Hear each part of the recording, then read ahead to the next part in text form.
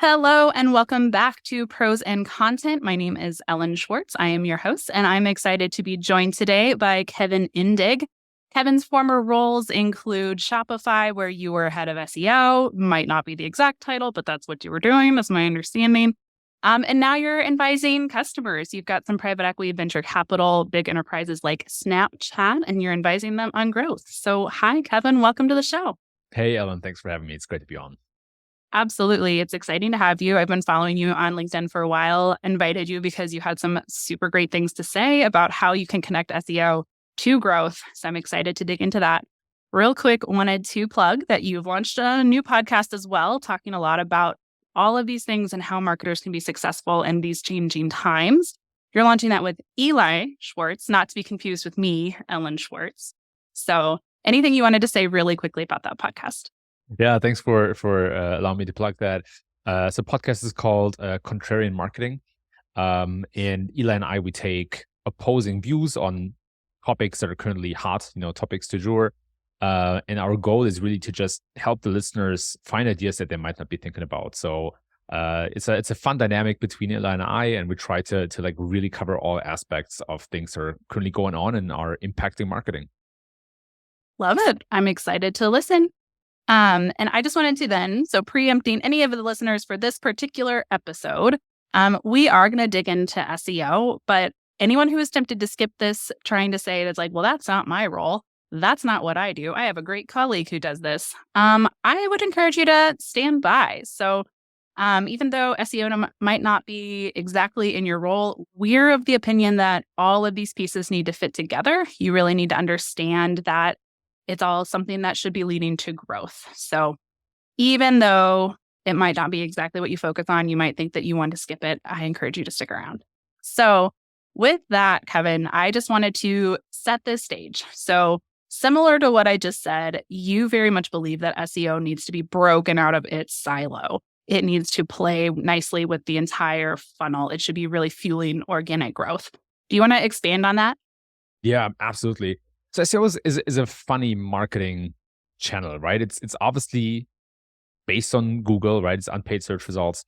And it comes with a couple of challenges, right?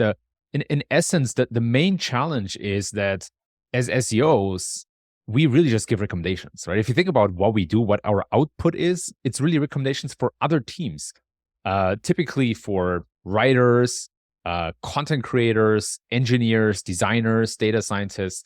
And so there's an inherent function and skill you need to have as an SEO, which is to communicate and persuade other teams to do the things that you recommend them to do. If you just take a step back and think about what are some things that are not SEO, but that have an impact on SEO, the list is pretty long, right? You have stuff like word of mouth or advertising or referral traffic, media coverage, even how the site looks and feels and how the font size, right? There's a whole plethora of things that impact SEO. And the reason is that the behavior of users is becoming more and more important in SEO. So we need to do a better job and make an SEO a team sport in persuading other teams and exciting other teams to follow recommendations. And that's the only way really to be successful in 2022 and of course 2023.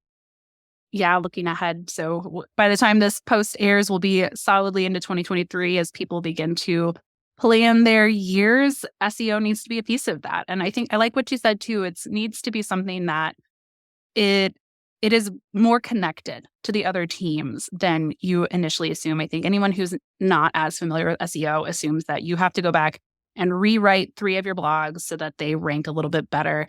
Sounds like you think it's a lot deeper than that. Yeah, I think you're absolutely on point. Of course, there might be some roles or some people who work at small companies or have smaller clients who are much more hands-on and make the changes themselves. And then these SEOs step into the role of a writer or role of a designer or engineer. So these situations definitely exist. And that group of people is not very small. But even there, my argument would be that these people need to then develop certain skills in these roles and develop a certain proficiency. So that's another reason for stepping out of the SEO silo. It can be as a recommending function in a company when you collaborate with other teams, Or if you do it yourself, you still want to step out of the SEO silo by learning new skills in other marketing fields. So whatever your situation really is, you still need to kind of look beyond SEO and more so appreciate or approach SEO as a layer that you put on top of other things.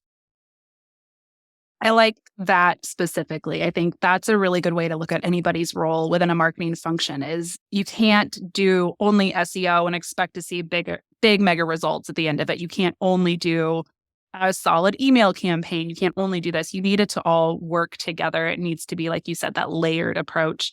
One should really augment the other. Why does this matter? I think this plays super well into what you mentioned about your new outcoming. I think this functions super well into what you're going to be talking about on your podcast, but also what not just seeing in the market is that you've got to start tying, no matter where you are in marketing, your work to growth. Is this impacting the business? So marketers are going to start running into these situations where they're asked to do more with less. I think we've all come to dread that term, but it's true. Like right now, we're being prompted by the economy, the ups and downs, but it might happen at any point in time. You might be at a startup where you're just really, really lean. It might be that your company is going to pivot. You might have new product, mergers, acquisitions, you name it. It's important, right? It's absolutely important. Yeah, it's a very interesting time for companies and marketers. For the last almost 15 years, we've gone through one of the longest periods of prosperity, period. And that's changing now, right? We're facing a recession. As you mentioned, companies need to, they move from an abundance mindset to a scarcity mindset, and need to make some hard decisions about employees, about priorities, about budgets. And the way that SEO comes into play here is that it's kind of like an odd child in marketing. Traditional marketing is very advertising based, very awareness based, and advertising still works really, really well. And SEO has the kind of unique capability or ability to be very low cost on high intent. So in essence, SEO does not have a direct cost. It's all indirect cost by employing people or by paying freelancers, right? It's all resourcing costs, but there's no programmatic cost similar to advertising where you pay to run the ad as well or pay for the surface. That doesn't really exist in SEO, so it technically has zero marginal cost. Even if you scale SEO up, you only have fixed cost. The other side of the coin is that SEO has very high intent. And the reason is that when people search on Google or any other search engine for the matter, they already have a problem that they try to solve. There already is an intention to take some sort of action or to resolve some sort of an issue, and that puts SEO in a unique position. It's a very recession friendly channel that often is very popular during recessions, of course. And the challenge here is that in 2022 and moving forward, the awareness for SEO has changed completely. By now, it's a function that most large companies have employed at least one person for, or work with an agency or a freelancer, right? So everybody knows what SEO is. Everybody wants to do SEO. And as a reason, there's more content being created than ever, leading to more competition. And Google is really a zero-sum game, right? You only have 10. I mean, it's not exactly 10 search results anymore in the first page, but let's say, 7 to 8 in most cases. And that's a limited amount of surface with more competition, meaning that the bar for good content and performance is growing, and it's growing quickly. But SEO is still one of these kind of channels that get a lot of popularity during the recession. Right. And I think it's an interesting spot to play into, because even though it might be like kind of you said, like there's not a huge budget, like a line item for how much you would spend on SEO, you've got the resources there. You have the competition. You have to be ranking up against other people. So how is it that, like, what happens, I guess, too, if like you can't go and tell someone to search for your things. So you have a bit of a limited audience and just like understanding who is going to be searching at all. So is there room for growth in that situation? That's a great point. To rephrase your point, right? SEO is a pull channel. different than advertising, which is a push channel, right? So pull is in a sense that you can only harvest demand. You cannot create new demand with SEO. And that means, as you said, the market is inherently limited. So there's a certain piece or a size of the pie that you share with other sites. And the best thing you can do, or the only way to grow really, is to just get a bigger size of the pie, a bigger piece of the pie, so to say. And so the one thing that companies really have to do in that sense is they have to locate themselves. They have to understand what their scale mechanisms or the levers are for growth, meaning what can they do more of to grow, and that varies by type of company. And then, of course, they also have to understand their competitive advantages. Like some companies might be on the market for a long time and have collected a lot of trust with users. Other companies might just have a superior product. So, SEO is often regarded as like a very tactical discipline. It's all about hacks and tricks and very tactical things. But I would caution, especially larger companies, to take a step back and really think about the strategy and how they fit into the competitive landscape if they want to get more market share or a larger piece of the pie. Yeah, I think that's the key there. And I think that's always at the heart of any good strategy. Take a breath, take a step back and say, what's right for my exact company, my exact marketing team at this exact point in time. So at the very beginning of this exact topic, you mentioned that,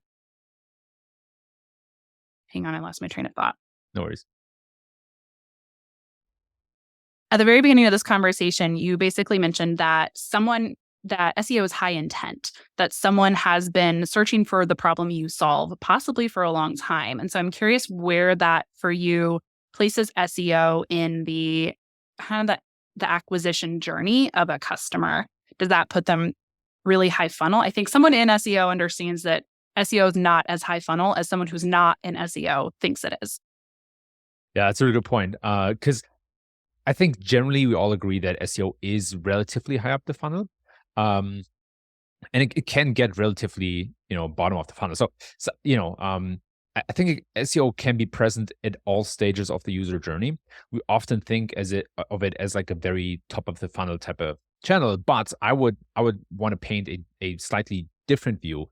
I think there's a second point of the customer journey, or the user journey, better said, where SEO is also a very strong channel, and that is after the customers have converted or after the sale. Because oftentimes, users have questions about the product or service that they bought, and they might look for these questions, often in combination with brand keywords. So say you let's just make something up.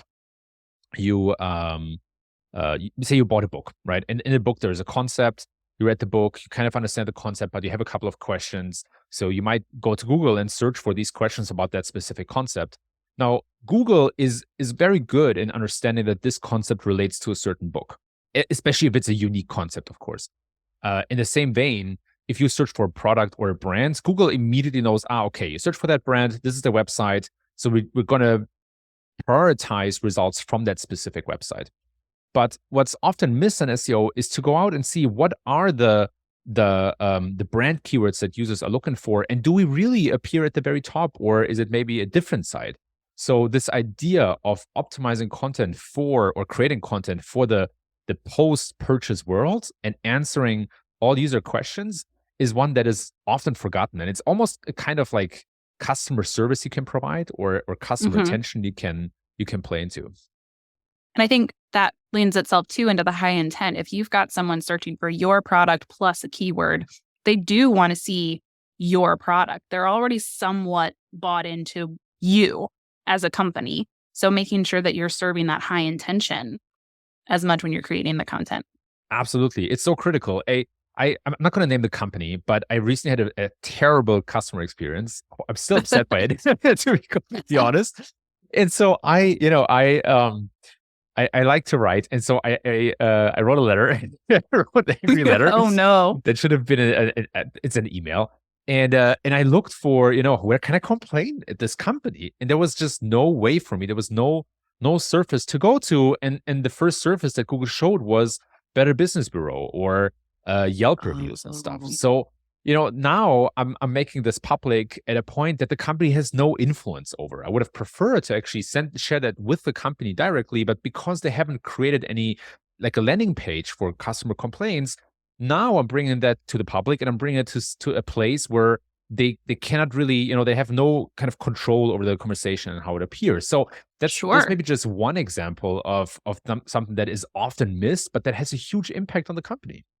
Well, and I wonder too if it's a bit of reverse psychology that company is sitting there saying, well, we don't want to tell you where to complain to. We don't want, we Right. just, we only want to hear good news. But inadvertently, only then you only have the public platforms instead of something that they could have solved behind the scenes and then maybe even bragged about, right? It's like, hey, we heard this great thing from a customer. We're working on it, or we fixed it, or whatever that might be. So that is I think it's a really good point. And I think it's something that it's something that we see frequently with sentiment data, or like if you're trying to kind of mix all of these different metrics together, to me, it's a bit like you might lean into the wrong spot because you only have half of the metrics. Yeah. Yep. Exactly. It's so important, right? Especially because post purchase, you have um a window of opportunity where you can make customers for life, or you can burn them for life, right? Depending on what the Mhm. experience is. And SEO is traditionally very geared towards acquiring net new customers and bringing in new people. But there is an opportunity here that is often missed and disregarded, and if disregarded, it becomes someone else's opportunity. Yeah. I think marketers frequently also find themselves focusing too intently on an immediate result instead of the long part of the journey. I think this feeds into your anecdote to where someone probably made a decision that's like, no, we're not going to post that because I today have read one too many complaint emails and I'm over it. Just take it down. Versus what you explained, your interaction with the brand now is much more long term. Are you ever going to go back to that brand? No, definitely No, not. right. 100% no. So right, like, so long term, you're gone instead of, like, just sitting and listening to you. So, I'm kinda curious. I think a lot of marketers find themselves in that spot, even with their SEO efforts, other efforts. It's like you're focused really intently on the quarterly results versus the long term, or the even, like, that one post did really well. This one ad is converting with a really good low, cost per click, whatever that might be. How is it like, what would you do to get out of that cycle? Is there something that you could either fix, not fix, switch in your own perception? Is there any advice you have for taking that up the chain? Because I do also think sometimes we're focused on the short term because we've got some mandates coming down from above. 100%. 100%. What you're talking about is a core problem in SEO and a lot of other marketing channels. And so here are a couple of things that have worked for me when working at companies like Shopify, G2, and Atlassian in the past. So number one is you need to paint speaking of the piece of the pie, you need to paint a picture of the whole pie, right? You need to help executives and everybody else on the company understand how big the opportunity actually is that we're talking about here.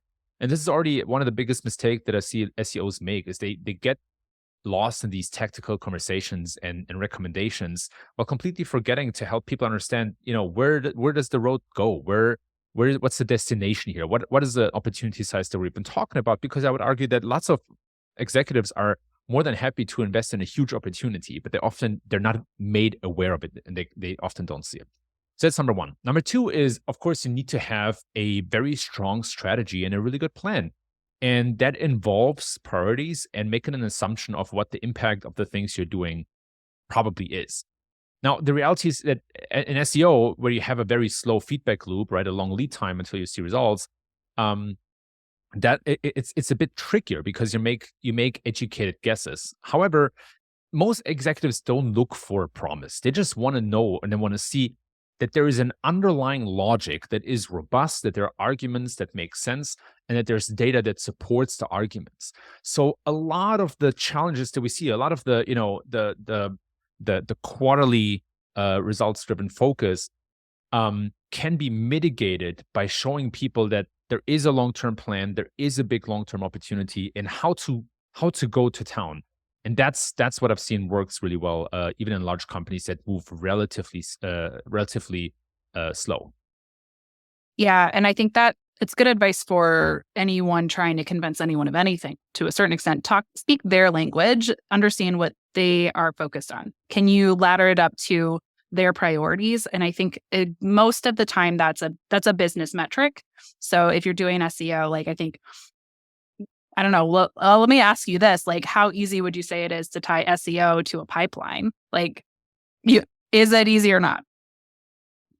I would say yes. Let me be a Okay. little contrarian here. My point where some people might disagree with me is that I think it is relatively easy to tie SEO to pipeline and revenue. And I think it's absolutely critical. I would even argue that you should not start doing any SEO before you have a direct line to pipeline or before you have a way to measure results very closely to revenue. I think that is where your journey as an SEO with a client or a company begins or ends. If you can say, look, this is how our metrics tie to revenue and to pipeline, then you typically are in a good place. It will take a little bit of work, but that's some of the most important work that you can do. Yeah, I think it's something that is crucial at this exact moment too, is you have to be able to say, this is how my work ties to what the whole business cares about. I am contributing in this exact way. Cool. So we've talked a little bit about some of these challenges that a marketer or an SEO specific person might have, which is that you're focused pretty intently on the short term. You might be trying to balance your high quality content versus what ranks. Google is getting better at understanding what people want. So you have to write for people, not for the algorithm. What is it that if someone sees that they're doing those things, kind of catches themselves out, what should they be doing instead? Yes.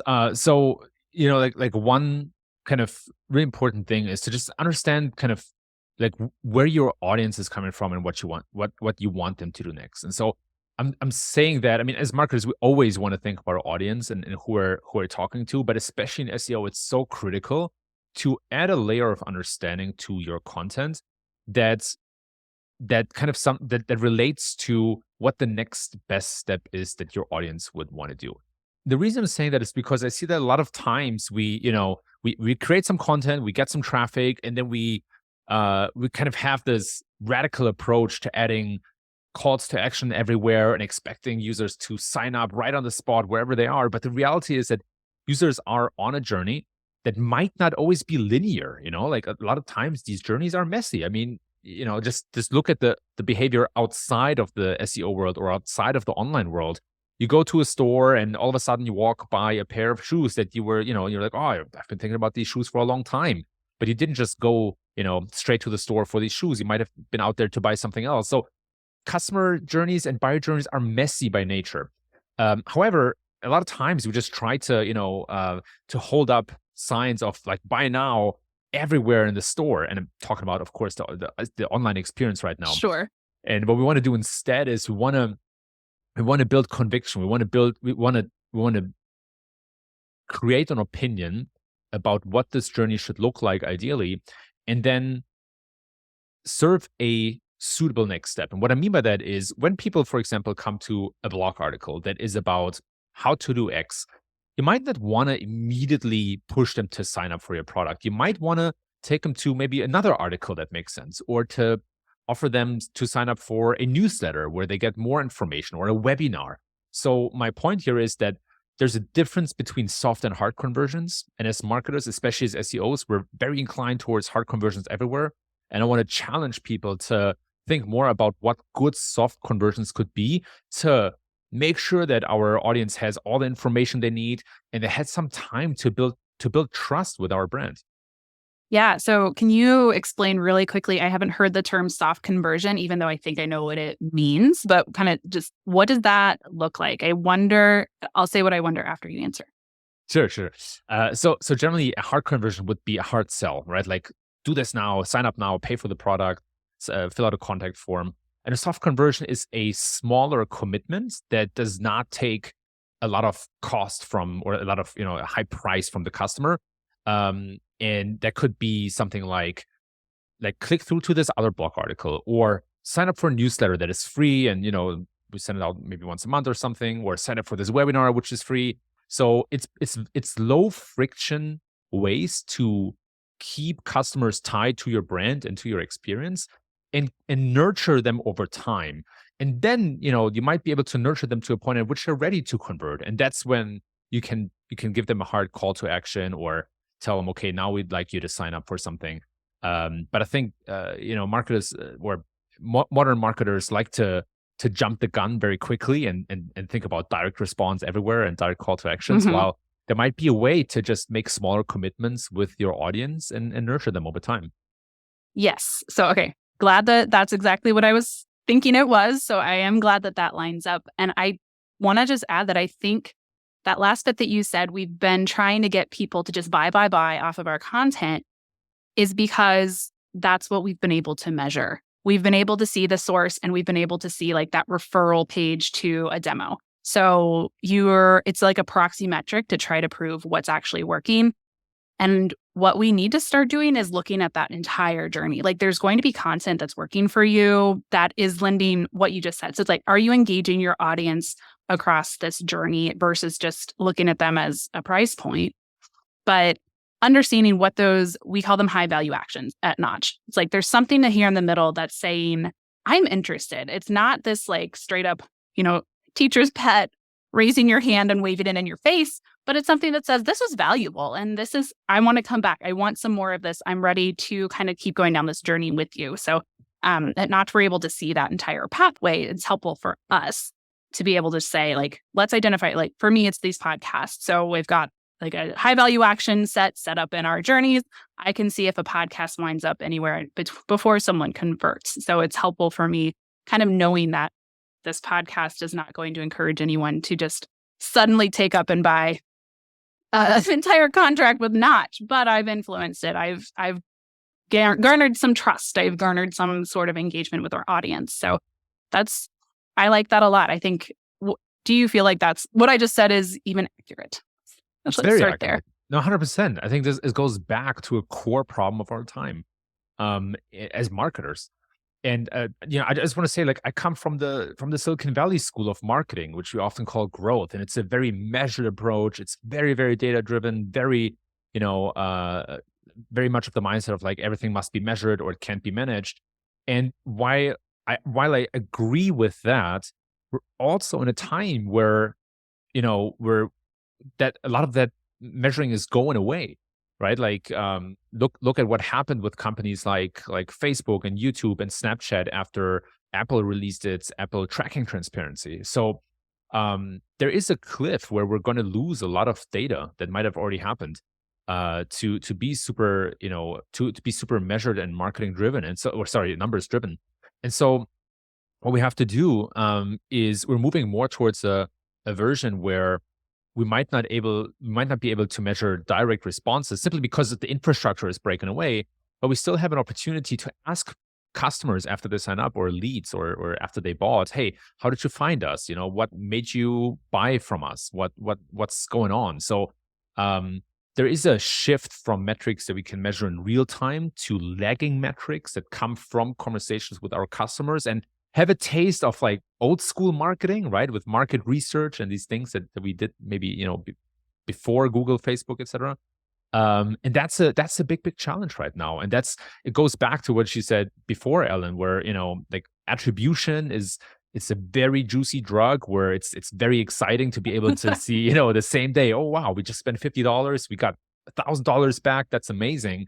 And the reality is also that this is going away a little bit, or it's becoming a bit blurrier. And we have to think about ways to still understand if what we do works. Yes, I think we're seeing that show up in the data, in hearing how Facebook and Instagram ads aren't converting at the same rates. They're getting more expensive depending on who you are. What you said also reminds me of, two quotes from previous podcast guests. The first one's Kim Roman, and she's in demand gen. She's talking about how it's just a much more savvy customer now. So as consumers, we're used to knowing about all the data behind the scenes, and we're kind of tired of it. We're basically saying, yeah, we know you have the data. Now, how are you talking to me? Not just to me as a cohort of people. So I think that gets even harder in B2B because not only are we used to having the data behind, we're also used to just getting mountains of prospecting emails from the whole world. It feels like sometimes I actually just this morning was cleaning out my LinkedIn inbox of all the people who maybe just were going to pitch. Not that I'm saying that's exactly and the only thing that happens, but it's kind of it's a bit of a paradox to where the data's been getting better at the same time as the customer's been getting savvier. So it's kind of hard to incorporate both of those things as a marketer. 100%. 100%. Customers are not stupid. They understand when they're being sold to. And there was, the internet is interesting because there was a whole bunch of tactics that have a very short shelf life, and new tactics might pop up, but customers and target audiences develop immunity against these tactics relatively quickly. And so the more aggressive you are about these tactics, the more careful you have to be. And so now, like something that I've been noticing over the last 12, 24 months is that relatively passive marketing tactics, could have a big impact, and they're just harder to measure. Like the podcast that we're recording right now, as you mentioned, Ellen, or like working with influencers in a less salesy way. These are all things that customers notice and that tend to work fairly well, but that are also harder to measure at the same time. Yes. And I saw an interesting stat about TikTok advertising to where it was that, and I think it's specific to Gen Z, basically saying that, yes, they do want you to use influencers, but they are not going to buy off of the influencer. So as an influencer or as a company considering using an influencer, you've got to take that jump knowing that there won't be a one-to-one like attribution rate or kind of whatever you want to call that, I guess. Like you kind of have to use the influencer knowing that the stats aren't going to come from that influencer. So how even the referral link isn't going to show up because basically someone's going to watch TikTok, not click the link, and then come back possibly in your SEO data just to bring it full circle. And this also just all relates then to, so the second quote that this conversation is reminding me of is we talked to Chris Kohler, he's the CMO at Box, and he's talking about how with his team over the last 3 years, they've just noticed in the metrics that they need a shakeup. And so they are being proactive about how do we look at what's been working and do the next thing. And the inverse of that is there are going to be teams that are reactive. They're going to wait until the market shakes them up to make a change. So how can you be, I think, you are going to fall into one of those two buckets. It could be that what you're doing now is working just fine.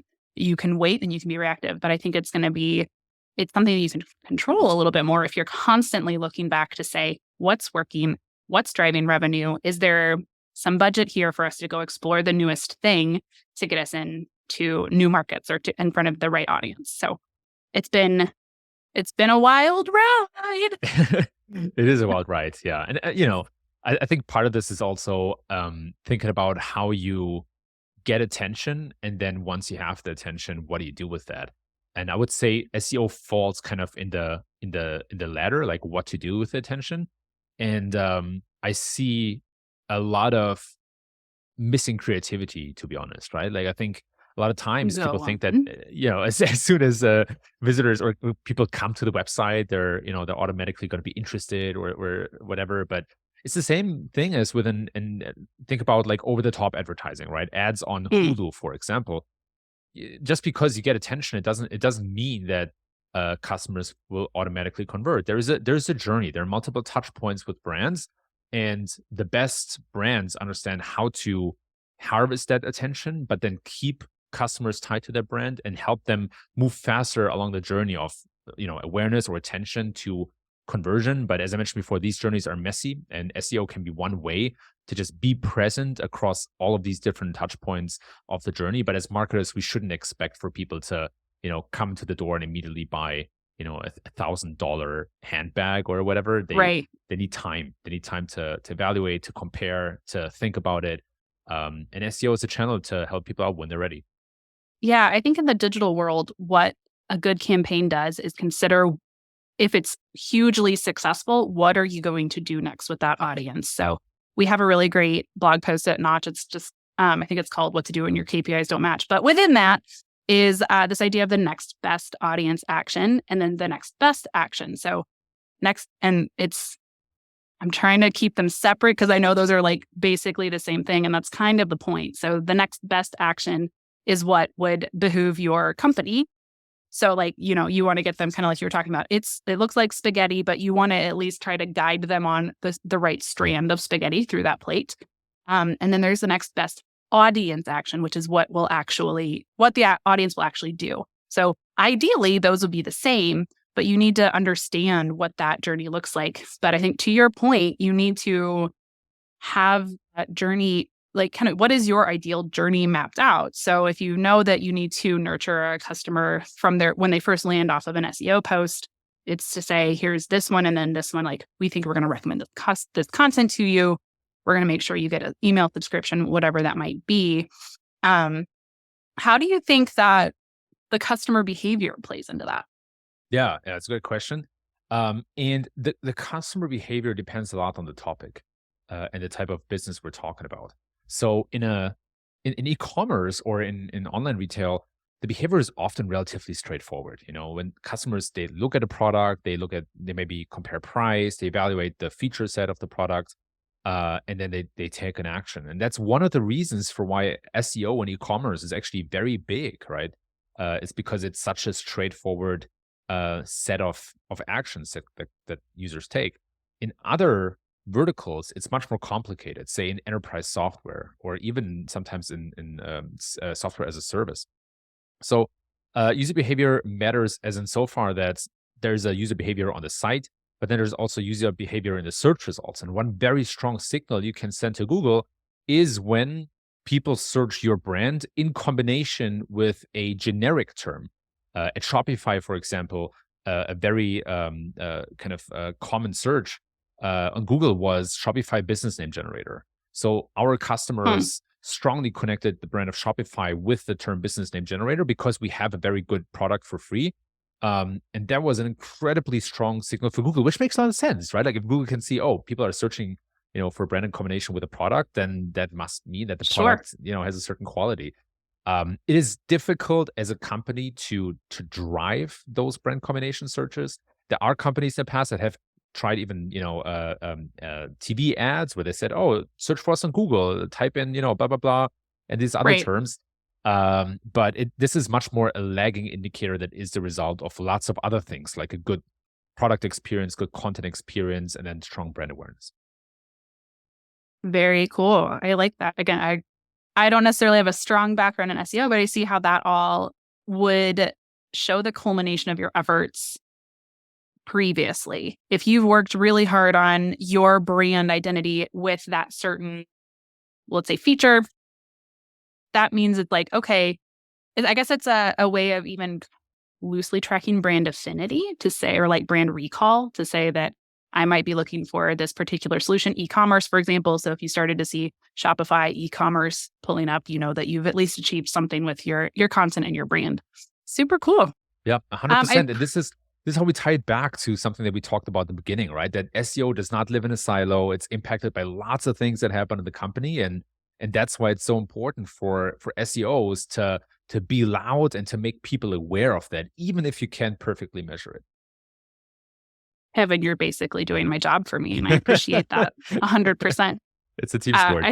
It's a team sport. I do think that I talked about that exact thing. So SEO can't live alone anymore. It has to all be tied to growth.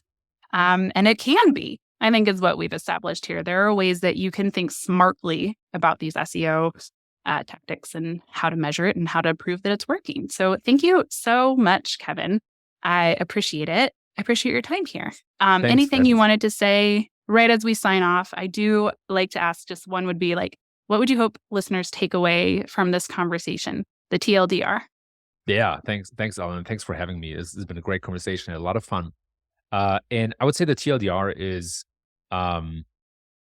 be loud as an SEO in a company about how the success of SEO really depends on other teams. Get them excited, show them results, help them understand how SEO works and how they can contribute. And that's probably the most impactful thing, maybe even more impactful than a specific SEO tactic itself.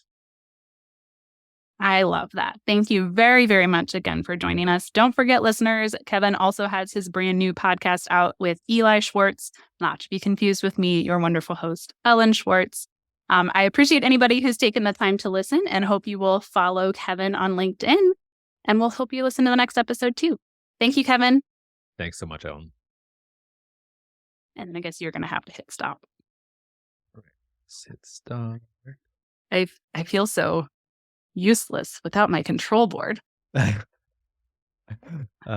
you sure you want to stop recording to the